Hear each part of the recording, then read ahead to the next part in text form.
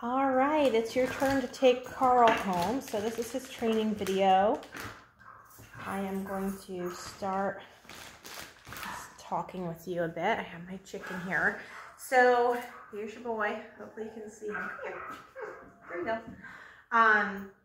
So biggest thing with him, I guess, daily routine wise right now, he's doing 2 hours a day of loose leash walking. So an hour in the morning and an hour at night.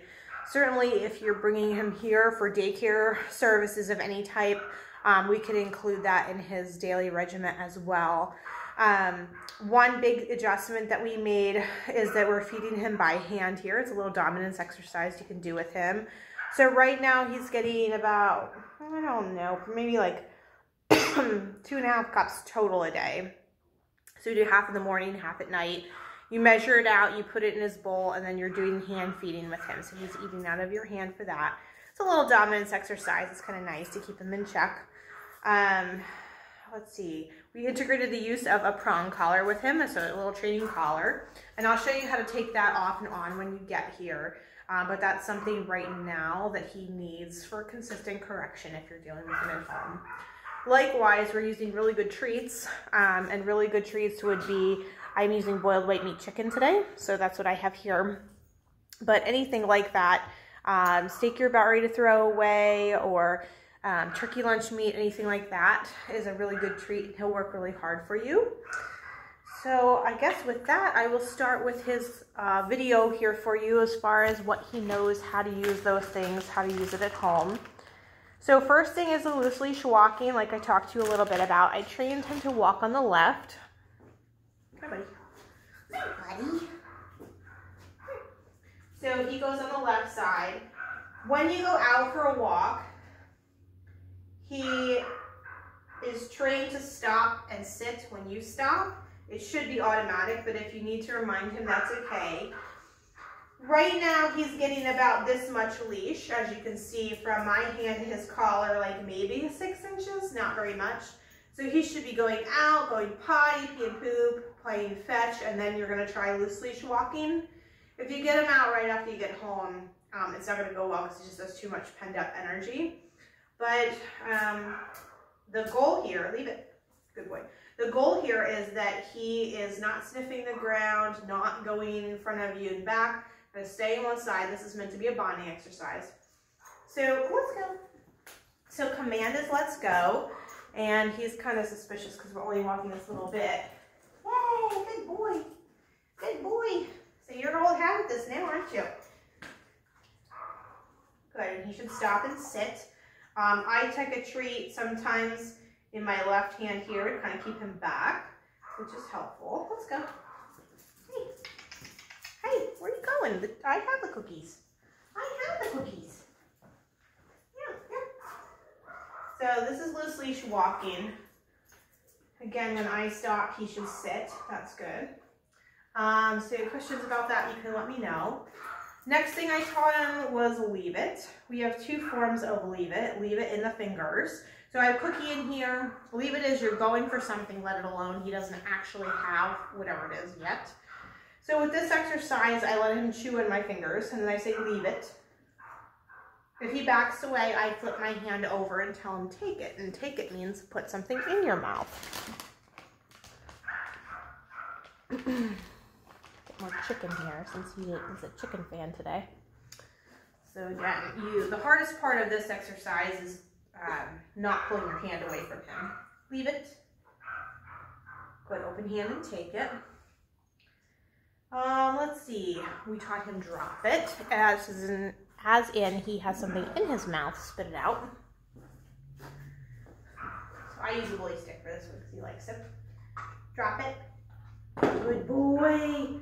That one he had a really nice drop it. That is a trade game, so you always have to have right now a treat to trade him with, or whatever he has in his mouth. Well, let's see. We touched on, we're starting with downstay now. So downstay is kind of a calming behavior for him. We did so much impulse control stuff with him. Sit. Good boy, what did you hear? Down. So your foot is kind of propped over this leash. You can see he goes on the left side here. If he were to go to get up, I would step down on this and it would make him uncomfortable. You're not hurting him, it just makes it uncomfortable. So I say, hey, so like that. I found a piece of treat on the floor. He lays right back down. Immediately when he lays back down, my toes come off the leash, so there's no pressure there. Stay. I give him the hand signal and tell him stay.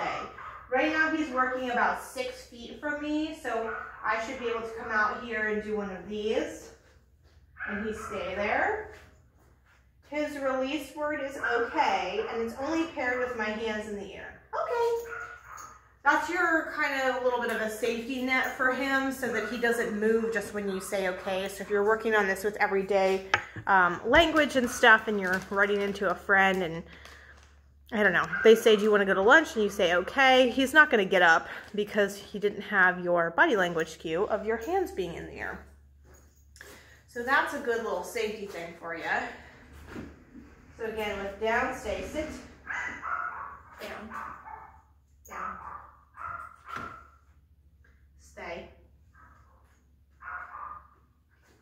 Good boy. We're about right here, which has been really hard for him, because you know how busy he was. Okay, good boy, get it. So it's okay, and then we toss a treat. He's allowed to get it. Another thing we worked on was his jumping up and impulse control. So we have taught him the word off. That's if his feet are not on the floor, and that could be you, counters, couches, anything you don't want him to be on. I also taught him that common body language cues that people give when they greet dogs. Like, hi, buddy, hi, actually means sit rather than jump, because these things naturally to a dog, hi, hi, mean jump, right? And so he's doing a lot better about his impulse control as far as not launching himself at me. Hi, puppy, puppy, puppy. Hi, puppy, puppy, puppy. Good boy. Good boy. So he works really hard and he tries really hard, which is nice. Another thing we did was recall, coming when called. And we have paired his names with all things good in the world. So a little exercise you can do to play around with this at home is you wait till he gets into something and then you just say his name. Now when he gets to you, we don't do room service here, so you're not handing the treat out to him. He has to come very close to get it. So I can see if I can get him interested in something else. Carl, yes, good boy. So when I say his name, he comes to me and he gets a bite of chicken. Good boy. Carl, yes, good boy. So see how quickly he whips his head around now? That was not the case before. He kind of blew us off a little bit with certain things as far as saying his name and coming when called. So going along with this now though, just be aware that if he does something bad at home, the worst thing you can do is say, Carl, because now we're using it in a negative tone. Hey, buddy. Carl. Yay! Good boy. So I think that was the bulk of the training. Again, a lot of impulse stuff. Like we used to sit here. Let me see if he does this. Sit. One of these. He would like launch himself at this bully stick. No self-control. Now he has really nice self-control. He doesn't care. Good boy. Things like that carry through other aspects of your life are going to be hugely important. And I would say overall, I would probably leave the training collar on when you're walking him or when you're home with him and let him drag this leash around. That way if he makes a mistake and jumps up or does something you don't like, you can give him a little correction on the leash and kind of keep that consistent. Overall though, I would say he's a ton calmer. And definitely likes to have a job. So I think whatever he ends up doing with you guys, you'll be super pleased with how fun he is. If you have any questions, just let me know. Thanks. Have a great day.